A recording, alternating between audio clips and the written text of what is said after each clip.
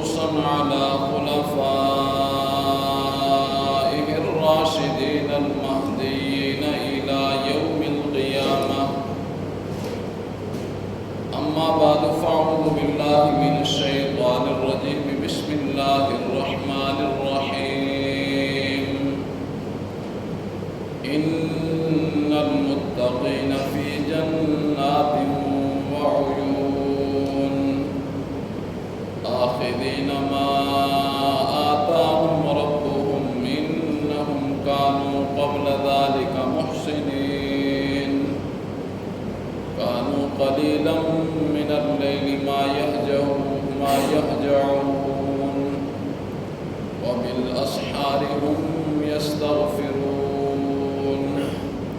وفي أموالهم حق للسائل والمحروم. وفي الأرض آيات للموقنين. وفي أنفسكم أفلا تبصرون. صدق الله العظيم وصدق رسوله النبي الكريم. ونحن على ذلك لمن الشاهدين والشاكرين والحمد لله رب العالمين. اللهم صل على محمد وعلى آل محمد كما صليت على إبراهيم وعلى آل إبراهيم إنك حميد مجيد. اللهم بارك على محمد وعلى آل محمد كما باركت على إبراهيم وعلى آل إبراهيم إنك حميد مجيد. رب اشرح لي صدري ويسر لي أمري واحلل عقدة من لساني يفقهوا قولي. رب زدني علما رب زدني علما رب زدني علما. بے شک متقین لوگ باغات میں ہوں گے اور چشموں پر کھڑے ہوں گے، لینے والے ہوں گے، جو دے ان کو ان کا رب. بے شک وہ اس سے پہلے نیک لوگوں میں سے تھے، رات کو بہت کم سوتے تھے اور سحری کے وقت وہ استغفار کرتے تھے، اور ان کے مالوں میں سائل کا حق تھا اور مسکینوں کا حق تھا. اور زمین میں یقین رکھنے والوں کے لیے بہت سے نشانیاں ہیں، اور تمہارے نفسوں کے اندر بھی بہت نشانیاں ہیں. کیا تم دیکھتے نہیں ہو؟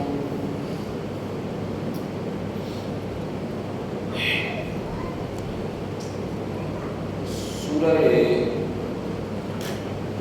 ذاریات 26واں پارہ، اس کی چند آیات آج کے خطبے میں تلاوت کی ہیں. اللہ رب العزت کی بارگاہ میں التجا ہے کہ اللہ رب العزت کما حقہ ان آیات کی روشنی میں چند باتیں آپ کے گوش گزار کرنے کی توفیق نصیب فرمائے. وبعدہ ہم سب کو قرآن و سنت کے مطابق عمل پیرا رہنے کی توفیق نصیب فرمائے.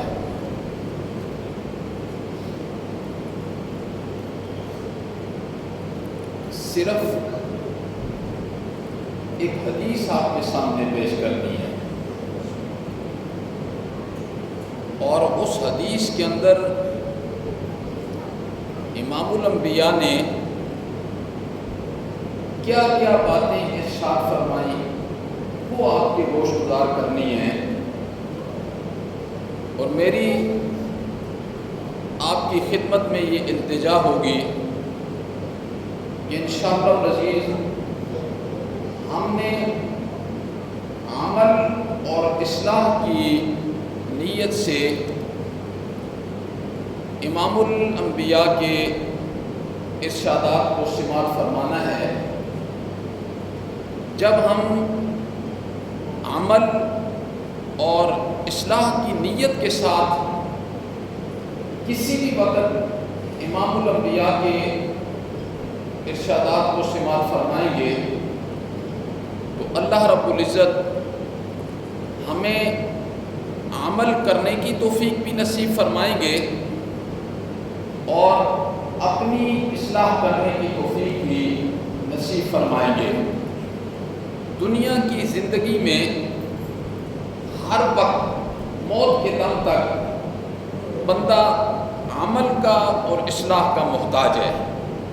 کسی وقت بھی وہ اپنا عمل بروئے کار لائے گا اور اپنی اصلاح کی نیت کرے گا، اللہ رب العزت اسے عملی زندگی بھی نصیب فرمائیں گے اور اللہ اس کو اپنا تزکیہ نفس کرنے کی بھی توفیق نصیب فرمائیں گے، تو اس کی زندگی قرآن و سنت کے مطابق انشاءاللہ العزیز گزر جائے گی۔ حدیث کے راوی ہیں حضرت معاذ بن جبل رضی اللہ تعالیٰ عنہ، یہ کہتے ہیں کہ میں خود ایک مرتبہ نبی پاک صلی اللہ علیہ وسلم کی خدمت میں حاضر ہوا اور میں نے خدمت میں حاضر ہو کر اللہ کے پیغمبر سے عرض کیا، اللہ کے پیغمبر ایک سوال لے کے آیا ہوں، ایک حاجت لے کر آیا ہوں، ایک عرضی لے کر آیا ہوں۔ اللہ کے پیغمبر نے حضرت معاذ بن جبل سے فرمایا کہ معاذ کیا لے کر آئے ہو، کیا سوال کرنا چاہتے ہو، پوچھو۔ اور حضرت معاذ بن جبل یہ وہ صحابی ہیں جن سے نبی پاک صلی اللہ علیہ وسلم بڑی محبت کیا کرتے تھے۔ جب انہیں ایک علاقے کا گورنر بنا کر امام الانبیاء نے بھیجا نا تو یہ اونٹ پر سوار تھے اور نگیر امام الانبیاء نے پکڑ کے مدینہ کے باہر تک انہیں لے کر کے اور رخصت کیا اور کہنے لگے معاذ شاید آج کے بعد میری تیری ملاقات دنیا میں نہ ہو سکے۔ تو بڑی محبت کرنے والے یہ وہ صحابی ہیں جن سے نبی پاک بڑی محبت کرتے تھے۔ حضرت معاذ بن جبل نے کہا، اللہ کے پیغمبر مجھے کوئی ایسا عمل بتا دیں جو مجھے جنت کے اندر پہنچا دے اور جہنم سے اللہ مجھے بچا دے۔ مجھے کوئی ایسا عمل بتا دیں جو مجھے جنت تک لے جائے، جنت میں میں پہنچ جاؤں اور اللہ کی جہنم والی آگ سے میں بچ جاؤں۔ نبی پاک صلی اللہ علیہ وسلم نے جب حضرت معاذ بن جبل کا یہ سوال سنا نا تو آپ کے چہرے پر مسکراہٹ آ گئی۔ آپ نے فرمایا، معاذ بڑا ہی عمدہ سوال کیا ہے تو نے، بہت ہی عمدہ سوال کیا ہے۔ اللہ اکبر، کہ میں تجھے وہ چیز بتاؤں جو تجھے جنت تک لے جائے اور جہنم سے تجھے پناہ مل جائے۔ نبی پاک صلی اللہ علیہ وسلم مسکرائے اور پھر حدیث کے الفاظ ہیں، امام الانبیاء نے حضرت معاذ بن جبل سے فرمایا کہ معاذ سن پھر اب وہ چیزیں جو تجھے جنت تک پہنچا دے گی اور جہنم سے اللہ تجھے پناہ دے دے گا۔ سب سے پہلی چیز امام الانبیاء نے جو ذکر کی نا، فرمایا معاذ بڑا ہی عمدہ سوال کیا ہے، جو چیزیں میں بتاؤں گا بس اس کو اپنی کسوٹی میں رکھ لینا، اس کو معیار بنا لینا۔ پہلا جملہ امام الانبیاء نے کیا فرمایا؟ اللہ اکبر، فرمایا ان تعبد اللہ۔ معاذ پہلی بات یہ ہے کہ ہمیشہ عبادت کرنی ہے تو صرف اور صرف کس کی کرنی ہے؟ عبادت صرف اور صرف اللہ کی کرنی ہے۔ یہ کہنے کی ضرورت کیوں پڑی؟ ان تعبد اللہ، یہ کہنے کی ضرورت اس لیے پڑی کہ دھرتی پر اس وقت غیر اللہ کی عبادت ہوتی تھی، اسی لیے تو نبی پاک صلی اللہ علیہ وسلم کو لوگوں نے تکلیفیں پہنچائی۔ وہ دھرتی پر اللہ کے علاوہ دوسری مخلوقات کی عبادت ہو رہی ہے۔ ان تعبد اللہ، عبادت اللہ کی کرنی ہے، اور روزانہ ہر نماز کے اندر چاہے وہ نفل ہو، فرض ہو، واجب ہو، ہم عبادت کی 3 قسمیں دہراتے ہیں، اور اللہ نے ہم سے دہروائی ہیں کہ دہرایا کرو۔ التحیات للہ والصلوات والطیبات۔ التحیات للہ قولی عبادت۔ کیا مطلب قولی عبادت؟ قولی عبادت کا کیا مطلب ہے؟ قولی عبادت کا مطلب ہے ما فوق الاسباب، مدد مانگنی ہے تو صرف اور صرف کس سے مانگنی ہے؟ اللہ سے۔ یہ قولی عبادت ہے، یہ مطلب ہے عبادت کا۔ دیکھو، ایک ما فوق الاسباب عبادت ہے، اور ایک تعاون ہوتا ہے، تعاون۔ یہ پانی مجھے پلا دے، یہ میرا سامان اٹھا کے رکھوا دے، یہ قولی عبادت نہیں ہوگی، یہ تعاون ہے۔ ما فوق الاسباب یعنی جہاں مخلوق ہار جائے تو اللہ کا کام شروع ہو جائے، اسے عبادت کہا جاتا ہے۔ اسے تو التحیات للہ، ان تعبد اللہ، نماز عبادت اللہ کی کرنی ہے، قولی ہو، مالی ہو، بدنی ہو۔ مالی عبادت کس کی ہوگی؟ اللہ کی ہوگی۔ یہ اور دوسرا جملہ کیا ارشاد فرمایا؟ اللہ اکبر۔ فرمایا معاذ بن جبل، عبادت اللہ کی کرنی ہے اور اس انداز سے کرنی ہے، وَلَا تُشْرِكُوا بِهِ شَيْئًا، تو اس کے ساتھ کسی کو اشتراک نہیں دلانا کہ اس کی ذات میں کسی کو شریک کر دو۔ یہ کون کہہ رہے ہیں؟ یہ نبی پاک صلی اللہ علیہ وسلم کہہ رہے ہیں۔ اب تربیت امام الانبیاء کیسے آپ نے صحابہ کی کیسے زبردست انداز سے تربیت کی، اور خدا باعث شاید ہے موتیوں کی نڑی پرو کے رکھ دیتے ہیں امام الانبیاء نصیحت میں۔ ان تعبد اللہ، عبادت اللہ کی کرنی ہے، ولا تشرکوا بہ شیئا، اس کے ساتھ کسی کو شریک نہیں کرنا ہے، نہیں کرنا اس کے ساتھ کسی کو شریک۔ ان 3 عبادتوں میں نہ قولی عبادت میں اس کا کوئی شریک ہے، نہ بدنی عبادت میں اس کا کوئی شریک ہے، نہ مالی عبادت میں اس کا کوئی شریک ہے۔ مدد مانگنی ہے تو اللہ سے مانگنی ہے، سجدہ کرنا ہے تو صرف اللہ کے سامنے کرنا ہے، نظر و نیاز دینی ہے، منتی منوتی دینی ہے تو صرف اور صرف کس کی دینی ہے؟ صرف اللہ کی دینی ہے۔ نمبر 3 آپ نے فرمایا معاذ بن جبل، وَتُقِيمَ الصَّلَاةَ، نماز کی پابندی کرنا، نماز کی پابندی کرنا۔ مسجدیں ویرانی کی شکایت کر رہی ہیں، کتنی مخلوقات ہیں اور مسجد کی تعداد کتنی ہے، بازاروں کی تعداد کتنی ہے۔ آپ نے فرمایا سب سے بری جگہ بازار ہے اور سب سے بہترین جگہ مسجد ہے۔ بہترین جگہ میں کتنے لوگ ہوتے ہیں، اور جس کو آپ نے بری جگہ کہا اس میں کتنے لوگ ہوتے ہیں؟ تو مسجد، وَتُقِيمَ الصَّلَاةَ، آپ نے فرمایا معاذ نماز کی پابندی کرنی ہے۔ پھر نمبر 4 آپ نے فرمایا وَتُؤْتُوا الزَّكَاةَ، زکوٰۃ دینی ہے، اور زکوٰۃ دینی بہت مشکل ہے۔ اللہ اکبر۔ ایمان کے لیول کا پھر ادھر پتہ چلتا ہے، ایمان کے لیول کا ادھر پتہ چلتا ہے زکوٰۃ دیتے وقت۔ ہاں دیکھو، قربانی 4 کروڑ کی 50 لاکھ کی، یہ کرنی آسان ہے، یہ کرنی آسان ہے، اور زکوٰۃ کے مال کو گن کے اس کی قیمت لکھ کر پھر اس کے مطابق زکوٰۃ نکالنا یہ بہت مشکل کام ہے، اور یہ تعلق رکھتا ہے ایمان کے ساتھ۔ حضرت معاذ بن جبل کو چوتھی نصیحت کیا کی؟ معاذ بن جبل زکوٰۃ دیتے رہنا، وتصوم رمضان، معاذ بن جبل رمضان کے روزے بھی رکھنا، یہ 5ویں نصیحت ہے۔ اور 6ٹھی نصیحت حضرت معاذ بن جبل کو کیا فرمائی؟ اگر حج فرض ہو جائے نا تو معاذ بن جبل حج کر لینا ہے۔ اللہ اکبر۔ یہ کس سوال کے جواب میں حضرت معاذ بن جبل نے کیا کہا؟ معاذ بن جبل نے اللہ کے پیغمبر وہ کام مجھے بتا دیں کہ میں جنت میں پہنچ جاؤں اور جہنم سے مجھے پناہ مل جائے۔ آپ نے اس کے جواب میں یہ ایک تو سوال کی بڑی تعریف کی کہ معاذ بن جبل بڑا خوبصورت سوال کیا ہے، اور پھر اس کے جواب میں امام الانبیاء نے 6 چیزیں ذکر کی۔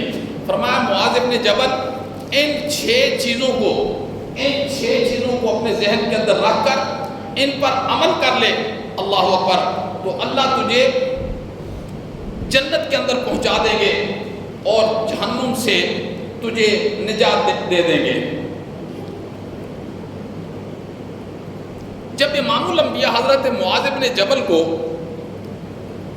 یہ جواب میں یہ چیزیں بتا رہے تھے نا، حضرت معاذ بن جبل کی توجہ اس قدر رسول اللہ صلی اللہ علیہ وسلم کی طرف تھی نا، اس قدر کہ رسول اللہ صلی اللہ علیہ وسلم نے حضرت معاذ بن جبل کی توجہ کو دیکھ کر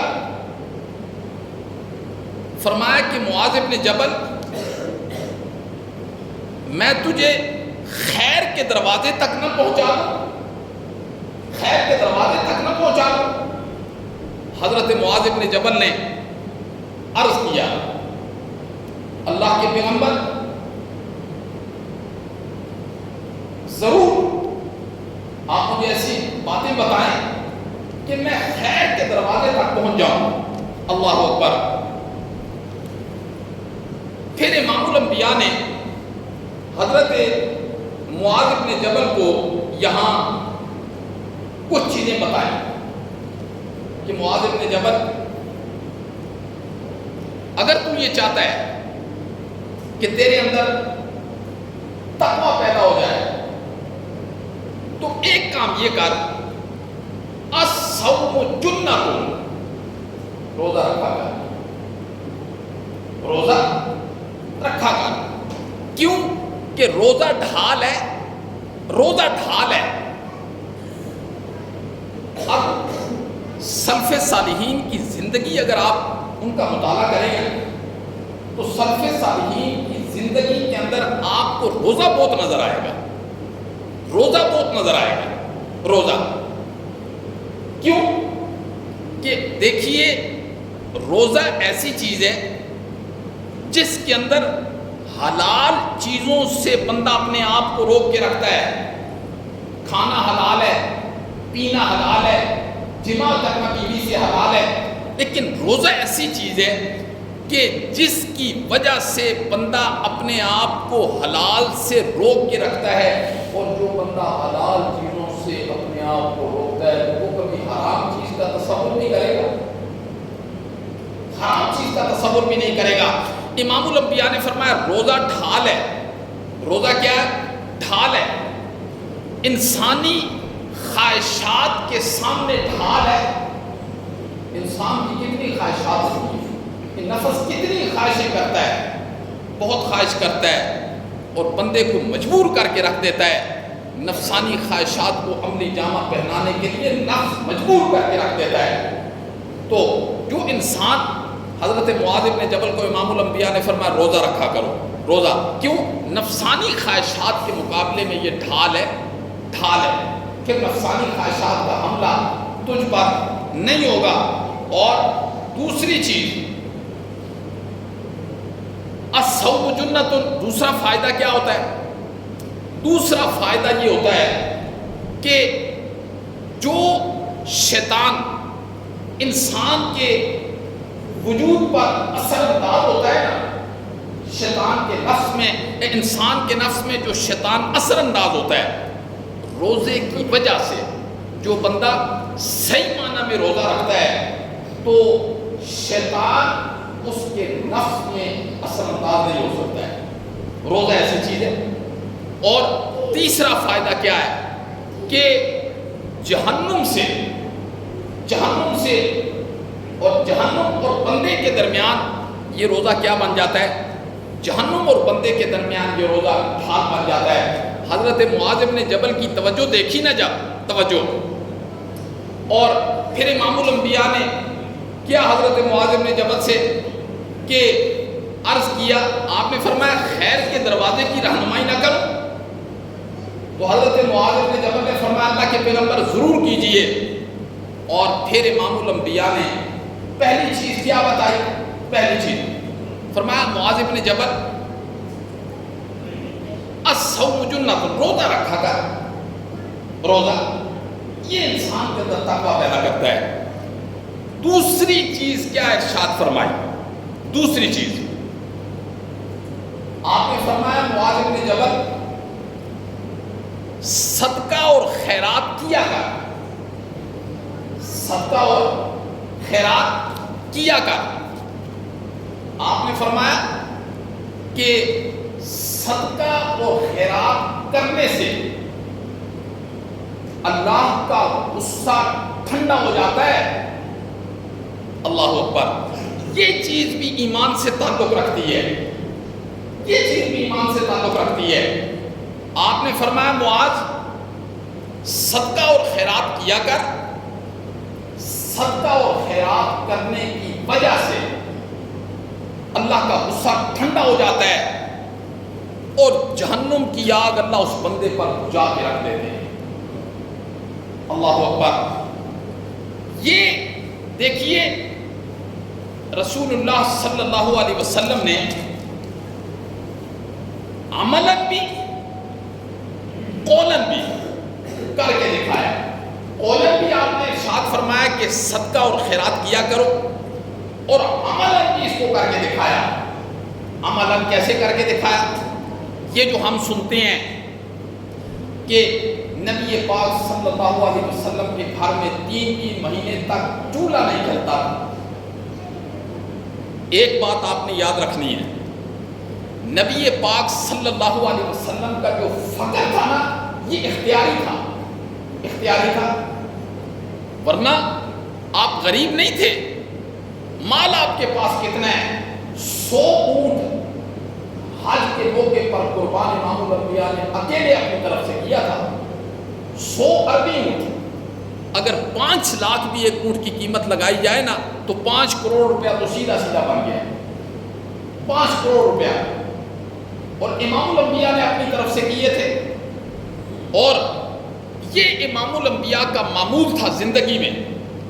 آپ کی 9 ازواج ہیں، 9 بیویاں ہیں، ہر بیوی کو امام الانبیاء پورے سال کا اکٹھا خرچ دے دیا کرتے تھے، پورے سال۔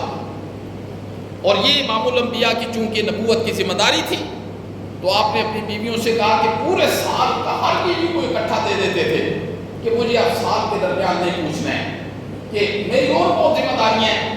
تو آگے پھر بیویاں کس کی تھی؟ ساری بیویوں کے پاس مدینہ کے فقراء کی لسٹ ہوتی تھی۔ جو نبی پاک صلی اللہ علیہ وسلم بیویوں کو پورے سال کا خرچ دیتی نا، وہ اللہ کی بندی ایک دن میں وہ سارے کا سارا خرچ مدینہ کے فقراء میں تقسیم کر دیتی، مدینہ کے فقراء میں تقسیم کر دیا کرتی تھی۔ یہاں تک کہ روایت میں آتا ہے حضرت عائشہ رضی اللہ تعالیٰ عنہ ایک مرتبہ روزے کی حالت میں تھی، اور جب نبی پاک صلی اللہ علیہ وسلم نے خرچ دیا نا ساری ازواج کو، تو حضرت عائشہ رضی اللہ تعالیٰ عنہ نے باندی سے کہا کہ فقراء کو اطلاع دے دو، فقراء دروازے پر آئے نا تو اتنا مال، سارے کا سارا مال دے دیا۔ حضرت عائشہ نے پوچھا ماں جی نے روزہ افطار کرنے کے لیے؟ فرمایا کچھ بھی نہیں ہے۔ تو یہ امام الانبیاء نے جو حضرت معاذ بن جبل کو نصیحت کی نا، نصیحت، صدقہ کیا کرو، خیرات کیا کرو، اللہ کا غصہ ٹھنڈا ہو جاتا ہے اور اللہ جہنم کی آگ کو بجھا دیتے ہیں۔ یہ قولاً بھی اور فعلاً بھی امام الانبیاء نے اس کو کر کے دکھایا، قولاً بھی بتایا اور فعلاً۔ ایک مرتبہ حدیث کے اندر آتا ہے آپ نے نماز پڑھائی، سلام پھیرنے کے بعد کاندے کھلان کر امام الانبیاء گئے، اور صحابہ نے پہلی مرتبہ یہ عمل دیکھا، بڑے پریشان ہوئے، کافی دیر تک صحابہ انتظار میں رہے۔ جب نبی پاک صلی اللہ علیہ وسلم واپس آئے نا تو صحابہ نے پوچھا اللہ کے پیغمبر خیریت تھی؟ آپ نے فرمایا بس نماز میں خیال آ گیا، سونے کی ڈلی پڑی ہوئی تھی، میں نے کہا اتنا وقت بھی اس مال کو میرے گھر میں نہیں گزرنا چاہیے، میں فقراء میں تقسیم کر کے آ گیا۔ اللہ اکبر۔ تو یہ امام الانبیاء کی کیسی زبردست تربیت تھی۔ دیکھیے حضرت معاذ ابن جبل کو دوسری نصیحت کی، دوسری نصیحت، اور بڑی زبردست قسم کی نصیحت کی۔ اللہ اکبر۔ حدیث کے اندر ایک بڑا عجیب واقعہ آتا ہے، بڑا عجیب سا واقعہ آتا ہے۔ دیکھو آپ نے دیکھنا ہے کہ رسول اللہ صلی اللہ علیہ وسلم کی جو تربیت ہے وہ کیسی زبردست تربیت ہے۔ پھر تربیت کرنے والے امام الانبیاء ہوں اور جن کی تربیت کی جا رہی ہو وہ آسمان کے ستاروں کے ساتھ انہیں تشبیہ دی جا رہی ہو، وہ کیسے لوگ ہوں گے؟ امام الانبیاء نے اپنے صحابہ کو کس سے تشبیہ دی ہے؟ ستاروں کے ساتھ تشبیہ دی ہے۔ ایک مرتبہ یہ صحابہ کے دور کا واقعہ ہے، امام الانبیاء کا وصال ہو گیا ہے۔ کچھ صحابی ضرورت مند تھے، بیٹھے ہوئے تھے، تو آپس میں باتیں کرنے لگے کہ کون زیادہ سخی ہے۔ اس وقت جو مدینہ میں سخی لوگ مشہور تھے نا، ان میں عبداللہ بن جعفر ہیں، قیس بن سعد ہیں، اور ایک اور نابینا صحابی ہیں، نابینا صحابی تھے، یعنی صحابت میں بہت زیادہ مشہور ہیں۔ تو انہوں نے آپس میں مشورہ کیا، اب ہم دیکھتے ہیں ان میں سب سے زیادہ سخی کون ہے؟ وہ بھی امام الانبیاء کے تربیت یافتہ تھے۔ تو ان میں سے ایک اٹھا، وہ کہنے لگا میں عبداللہ بن جعفر کے پاس جاتا ہوں، عبداللہ بن جعفر اپنی ضرورت پیش کروں گا۔ وہ اٹھے اور حضرت عبداللہ بن جعفر، یہ حضرت جعفر طیار کے بیٹے ہیں، حضرت علی رضی اللہ تعالیٰ عنہ کے سکے بھتیجے ہیں، تو امام الانبیاء کے بھی بھتیجے ہوئے۔ تو چونکہ حضرت علی امام الانبیاء کے چچا زاد بھائی ہیں، تو یہ جعفر طیار کے بیٹے ہیں، حضرت عبداللہ بن جعفر۔ وہ سب کہتے ہیں کہ میں نہ گیا، اور ان کی سخاوت بڑی مشہور ہے حضرت عبداللہ بن جعفر کی، تو میں ضرورت لے کر گیا۔ میں نے کہا وہاں میں پہنچا نا تو وہ بالکل سفر کے لیے تیار تھے۔ انہوں نے اپنی اونٹنی پر کجاوا رکھا ہوا تھا، اس پر زادرا رکھا ہوا تھا، توشہ رکھا ہوا تھا، کھانے پینے کا سامان رکھا ہوا تھا، دینار رکھے ہوئے تھے، ریشم کی کچھ چادریں رکھی ہوئی تھی، ریشم کی، اور یہ سب تقسیم کرنے کے لیے جہاں جہاں راستے میں کوئی ملتا تھا پھر حضرت عبداللہ بن جعفر تقسیم کرتے جاتے تھے۔ یہ ان کی ایک عادت تھی۔ وہ بالکل تیار تھے اور سفر کے لیے جا رہے تھے۔ یہ کہتے ہیں میں وہاں پہنچا، میں نے کہا حضرت ایک ضرورت لے کر آیا ہوں، ضرورت لے کر آیا ہوں۔ تو عبداللہ بن جعفر نے پوچھا کہ کیا ضرورت لے کر آئے ہو؟ فرمایا مجھے سواری کی ضرورت ہے۔ اور اس زمانے میں اس طرح نہیں ہوتا تھا کہ جیسے آج ہمارے پاس کوئی بندہ ہے، اچھا جی تھوڑی دیر کے لیے موٹر سائیکل دے، سواری دے، نہیں، وہ دیتے تھے تو بالکل دیتے تھے، وہ بالکل دیتے تھے۔ تو اب ان تین بندوں نے بیٹھ کر یہ مشورہ کیا کہ آج ہم دیکھتے ہیں۔ ایک حضرت عبداللہ بن جعفر کی طرف آ گیا، حضرت عبداللہ بن جعفر نے وہی سواری جس پر زادرا تھا، توشہ تھا، ریشم کی چادریں تھیں، اور 2000 دینار تھے۔ دینار سونے کا ہوتا ہے، سونے کا 2000 دینار تھے۔ آج بھی اگر قیمت نکالی جائے تو کروڑوں میں اس کی۔ وہ حضرت عبداللہ بن جعفر راستے میں تقسیم کیا کرتے تھے فقراء مساکین میں۔ تو حضرت عبداللہ بن جعفر نے کہا یہ اونٹ کی نکیل پکڑو اور چلے جاؤ، یہ اونٹ کی نکیل پکڑو اور چلے جاؤ۔ اللہ اکبر۔ اسے بھیج دیا، اس میں 2000 دینار ہیں، اس میں زادرا ہے، توشہ ہے، ریشم کی چادریں ہیں، اعلیٰ قسم کا ریشم ہے۔ حضرت عبداللہ بن جعفر نے اسے دے دی۔ دوسرا بندہ گیا کس کے پاس؟ قیس بن سعد کے پاس۔ قیس بن سعد کے پاس دروازے کو دستک دی، اندر سے اس کی باندی آئی، ملازمہ آئی اندر سے، تو اس نے کہا میں نے قیس بن سعد سے ملنا ہے. اس نے کہا بات بتاؤ. وہ آرام کر رہے ہیں، رات کو تہجد میں ہوتے ہیں، صبح پھر اپنے کام کرنے ہوتے ہیں، اس وقت وہ آرام کر رہے ہیں، بتاؤ آپ بات بتاؤ. اس نے کہا نہیں میرا اسی سے کام تھا. اس نے کہا نہیں آپ بات بتاؤ کس ضرورت کے لیے آئے ہو. اس نے کہا کہ مجھے تو سواری کی ضرورت تھی. آگے اس باندھی اور جو ملازمہ تھی اس کے جملے کیا تھے. اس نے کہا ہمیں قیس بن سعد نے اتنا اختیار دیا ہے، اتنا اختیار دیا ہے کہ دروازے پر کوئی سائل آ جائے اور وہ ضرورت پیش کرے نا تو آپ نے اسے اتنا مال آپ دے سکتے ہیں. تو اس نے کہا نہیں میری ضرورت زیادہ ہے. اس نے کہا بولو تو صحیح کیا ضرورت ہے. اس نے کہا مجھے تو سواری چاہیے.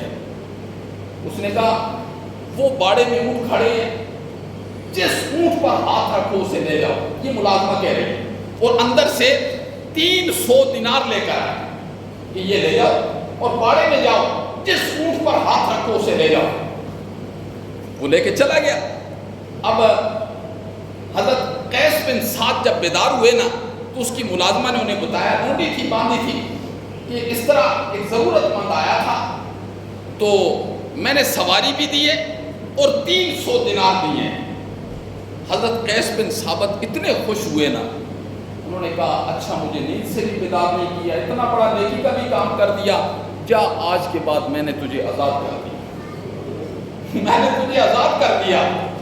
تیسرا بندہ وہ گیا نا، وہ جو مشہور تھا نابینا صحابی، وہ صرف نابینا ہی نہیں تھے بلکہ وہ ٹانگوں سے بھی اپاہج تھے، لیکن سخاوت میں ان کا نام بھی بڑا تھا ان کا نام بھی سخاوت کے اندر.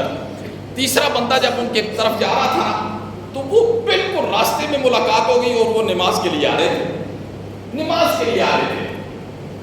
سلام کا جواب دیا تو صحابی نے پوچھا، کہنے لگے حضرت ضرورت لے کر آیا تھا. فرمایا اچھا ابھی تو میں مسجد کی طرف جا رہا ہوں، گھر تو ابھی میں جا نہیں سکتا. اب وہ 2 غلاموں کے سہارے سے آ رہے ہیں مسجد میں، 2 غلاموں کے سہارے سے مسجد میں آ رہے ہیں. چونکہ ٹانگوں سے اپاہج ہے اور نابینا ہے تو انہوں نے کہا ضرورت بھی تیری پوری کرنی ہے، واپس بھی میں نہیں جا سکتا، مسجد کو بھی میں نے جانا ہے، تو ایسے کر یہ 2 غلام لے جا، انہیں بیچ کے اپنی ضرورت پوری کر لے. وہ صحابی کہتے ہیں کہ انہوں نے جب مجھے 2 غلام دیے نا تو میں نے دیکھا وہ زمین پر بیٹھ گئے. میں بڑا پریشان ہوا. میں نے کہا حضرت یہ 2 غلام آپ ان کے سہارے آپ مسجد جا رہے ہیں. انہوں نے کہا تو چلا جا، میں جانوں اور میرا اللہ جانے. اب وہ جو 3 بندے بیٹھے ہوئے تھے نا انہوں نے مشورہ کیا. اب تینوں نے اپنی اپنی حیثیت کے مطابق سخاوت کا مظاہرہ کیسے کیا. اور یہ تربیت کس کی ہے؟ یہ تربیت امام الانبیاء حضرت سیدنا محمد رسول اللہ صلی اللہ علیہ وسلم کی ہے. حضرت معاذ ابن جبل کو امام الانبیاء نے کیا فرمایا دوسری نصیحت میں کہ معاذ ابن جبل صدقہ کیا کرو، خیرات کیا کرو، اللہ کا غصہ ٹھنڈا ہو جاتا ہے اور جہنم کی آگ اللہ بندے پر بجھا دیتے ہیں جو اللہ کے راستے میں مال خرچ کرتا ہے. ایک مرتبہ ایک اور بڑا عجیب حضرت عبداللہ بن جعفر کا واقعہ ہے. اسی ایک حدیث یہ حضرت عبداللہ بن جعفر میں نے کہا نا بڑے سخی تھے، مدینہ میں بڑے سخی تھے. یہ چند لوگ بڑی سخاوت میں مشہور تھے اور حضرت عبداللہ بن جعفر کہتے ہیں لوگ میری سرزنش بھی کیا کرتے تھے کہ آپ اتنا خرچ کر دیتے ہیں. تو میں کہتا تھا میں نے اللہ کی رضا کے لیے کرنا ہے. تو ایک مرتبہ حضرت عبداللہ بن جعفر کہتے ہیں کہ مجھ سے نا کسی نے پوچھا کہ آپ نے اپنے سے زیادہ بھی سخی کوئی دیکھا ہے؟ آپ نے اپنے سے زیادہ سخی بھی کوئی دیکھا ہے؟ حضرت عبداللہ بن جعفر کہتے ہیں میں نے اسے کہا کہ ہاں میں نے دیکھا ہے. تو میں نے اس بندے نے پوچھا حضرت کون بندہ ہے وہ آپ سے بھی زیادہ سخی ہے بتائیں. کہہ رہے ہیں میں ایک مرتبہ جا رہا تھا، مدینہ سے جا رہا تھا، رستے میں ایک باغ تھا، تو باغ کے اندر نا ایک غلام کام کر رہا تھا. میں کھڑا ہو گیا، غلام تھا، میں کھڑا ہو گیا، میں اس کی حرکات و سکنات کو دیکھنے لگا. بڑی محبت کے ساتھ وہ مالک کا کام باغ میں کر رہا تھا. میں چھپا ہوا تھا دیکھ رہا تھا اس کو. بس اچانک میں کھڑا ہو گیا، مجھے اچھا لگا. اتنے میں تھوڑی دیر گزری تو میں نے دیکھا اس کے مالک کا بیٹا اس کے لیے کھانا لے کے آیا. کھانا لے کے آیا نا اب وہ کام کر رہا تھا، اچانک اس نے کھانے شانے کی تیاری میں بیٹھا تو اچانک میں دیکھتا ہوں کہ ایک کتا آ گیا، کتا وہ اپنی دم کو ہلانے لگا۔ تو وہ حضرت عبداللہ بن جعفر کہتے ہیں کہ میں اسے دیکھ رہا تھا، اس غلام کو دیکھ رہا تھا کہ اس نے نا کتے کو جب دیکھا نا تو ایک روٹی، 2 ہی روٹیاں تھیں، ایک روٹی اس کے سامنے ڈال دی، ایک روٹی۔ وہ جب غلام پھر بیٹھ کے اپنے کھانے کی تیاری کرنے لگا، اتنے میں وہ بھوکا اتنا تھا کہ وہ پوری روٹی کھا گیا، اور پھر اس کے بعد دم ہلانے لگا۔ حضرت عبداللہ بن جعفر کہتے ہیں میں نے غلام کو دیکھا نا، اس نے جب کتے کی طرف دیکھا کہ پھر دم ہلا رہا ہے، اس نے دوسری روٹی بھی اس کے سامنے ڈال کے تو پھر اپنے کام میں لگ گیا۔ حضرت عبداللہ بن جعفر کہتے ہیں کہ میں آگے بڑھا، میں نے اس نوجوان سے بات کرنی شروع کی، مجھے بڑا اچھا لگا، میں نے اس سے بات کرنی شروع کی۔ میں نے کہا دیکھو یہ غلام ہے، اس کا تو سارا سرمایہ 2 روٹیاں ہیں، ٹوٹل سرمایہ اس کا 2 روٹیاں ہیں، اور وہ 2 روٹیاں بھی اس نے۔ تو حضرت عبداللہ بن جعفر کہتے ہیں میں نے اس سے پوچھا تجھے بھوک نہیں ہے، تو نے کھانا کیوں نہیں کھایا؟ تو اس نے جواب دیا حضرت ہمارے اس علاقے میں کتے نہیں ہوتے ہیں، کتے ہوتے نہیں، عموماً کتے نہیں ہوتے، یہ کہیں سے آیا، مجھے احساس ہو گیا کہ اسے بھوک لگی ہوئی اور بہت بھوک لگی ہوئی ہے، میں نے جب اس کے سامنے ایک روٹی ڈالی نا تو یہ کھا گیا، پھر میرے سامنے دم ہلاتا ہوا آیا تو میں سمجھ گیا کہ یہ سیر نہیں ہوا، تو پھر میں نے اچھا نہیں جانا کہ میں کھا جاؤں اور اسے بھوکا رکھوں، میں نے دوسری روٹی بھی اس کے سامنے۔ تو حضرت عبداللہ بن جعفر کہتے ہیں میں نے اسے کہا تیرے پاس صرف 2 ہی روٹی؟ اس نے کہا جی میرے پاس صرف 2 ہی روٹیاں تھیں۔ تو حضرت عبداللہ بن جعفر کہتے ہیں میں نے اس بندے کو اپنے سے زیادہ صحیح دیکھا جس کا سرمایہ 2 روٹیاں ہیں، اس نے وہ بھی خرچ کر دیا۔ تو حضرت عبداللہ بن جعفر کہتے ہیں میں نے یہ صفت دیکھی نا تو میں اس کے مالک کے پاس چلا گیا، میں جانتے وہ تھے، مالک کے پاس چلا گیا، میں نے کہا آپ نا اس غلام کو مجھ پر بھیج دیں۔ تو کہتے ہیں اس کے مالک نے، مجھے جانتا تو تھا، وہ احترام بھی کرتا تھا، صاحب علم انسان تھے حضرت عبداللہ بن جعفر، میں نے کہا حضرت کس وجہ سے آپ اسے خرید رہے ہیں؟ تو حضرت عبداللہ بن جعفر نے کہا کہ میں نے ایک صفت اس میں دیکھی ہے۔ اس مالک نے کہا حضرت آپ نے تو ایک صفت دیکھی ہے، ہم روزانہ اس میں ایسی کئی صفتیں دیکھ رہے ہیں، آپ نے تو صرف ایک صفت دیکھی ہے نا، میں روزانہ اس کے اندر ایسی کئی صفتیں دیکھ رہا ہوں، تو یہ نیکی میں نہ لے لوں، آپ کو جو میں نے بیچنا ہے تو یہ نیکی میں نہ لوں؟ حضرت عبداللہ بن جعفر نے صرف غلام کا نہیں کہا تھا، انہوں نے کہا غلام بھی مجھ پر بیچ دو اور باغ بھی مجھ پر بیچ دو۔ نیت کیا تھی کہ اس کو میں آزاد کروں گا اور یہ باغ میں اس کو گفٹ میں دے دوں گا کہ جا یہ باغ تیرا ہے۔ اس نے کہا نہیں حضرت یہ نیکی میں خود ہی کروں گا۔ اس نے اسی وقت غلام کو آزاد بھی کیا اس کے مالک نے، اور پورا باغ اس کو بطور ہدیے میں دے دیا کہ یہ تیرا ہے۔ اللہ اکبر۔ تو یہ تو خیر میں نے ایک بات سنائی ہے اس حدیث کے تحت کہ رسول اللہ صلی اللہ علیہ وسلم نے کیا ارشاد فرمایا معاذ بن جبل کو، فرمایا معاذ بن جبل صدقات و خیرات کیا کرو، اس کے اندر بڑا تقوی ہے، بڑی للہیت ہے۔ اور تیسری بات حضرت معاذ بن جبل کو رسول اللہ صلی اللہ علیہ وسلم نے کیا ارشاد فرمائی؟ تیسری بات یہ ارشاد فرمائی کہ معاذ بن جبل رات کو تہجد کی نماز پڑھا کرو، رات کو تہجد کی نماز پڑھا کرو۔ اور قرآن مجید نے مومنین کی سب سے پہلی صفت یہ ذکر کی ہے، کیا صفت ذکر کی ہے؟ ذرا آپ ترجمہ سنیں۔ فرمایا ان المتقین فی جنات وعیون، بے شک متقین لوگ باغات میں ہوں گے اور چشموں کے اندر ہوں گے، آخذین ما آتاہم ربہم، لینے والے ہوں گے وہ چیزیں جو دے گا ان کا رب، انہم کانوا قبل ذالک محسنین، اس لیے کہ دنیا کے اندر وہ بڑی نیکی کے ساتھ زندگی گزارتے تھے۔ اب پہلی صفت کیا ہے؟ فرمایا کانوا قلیلا من اللیل ما یہجعون، وہ راتوں کو بڑا تھوڑا سوتے تھے، یعنی جاگتے کس لیے تھے؟ وہ رات کو عبادت کرتے تھے، نماز پڑھتے تھے، سجدے کرتے تھے۔ ہماری راتیں تو صرف موبائل دیکھتے دیکھتے گزر جاتی ہیں، ساری رات موبائل دیکھتے دیکھتے گزر جاتی ہے۔ کچھ لوگ تو ہوتے ہیں بس موبائل دیکھتے دیکھتے سو جاتے ہیں، بند بھی نہیں کرتے ہیں، بس دیکھتے دیکھتے انہیں نہیں، ہماری راتیں ایسے. تو اللہ نے فرمایا جو نیک اور محسن ہوتے ہیں ان کی پہلی صفت کیا ہے؟ فرمایا کانوا قلیلا من اللیل ما یہجعون، وہ رات کو بڑا کم سوتے ہیں. وبالاسحار هم یستغفرون، اور سحری کے وقت وہ کیا کرتے ہیں؟ استغفار کرتے ہیں، اللہ سے معافیاں مانگتے ہیں، یا اللہ مجھے معاف کر دے، یا اللہ مجھے معاف کر دے. وفی اموالہم، اور ان کے مالوں میں حق للسائلین، سائل کا حق ہوتا ہے، ان کے مالوں میں سوال کرنے والے کا حق ہوتا ہے. دیکھو سوال کرنے والے کو بس بندہ دے دے، 2 روپے دے دے، 5 دے دے، 10 دے دے، جی کوشش کرے کہ اگر اس کے پاس ہونا.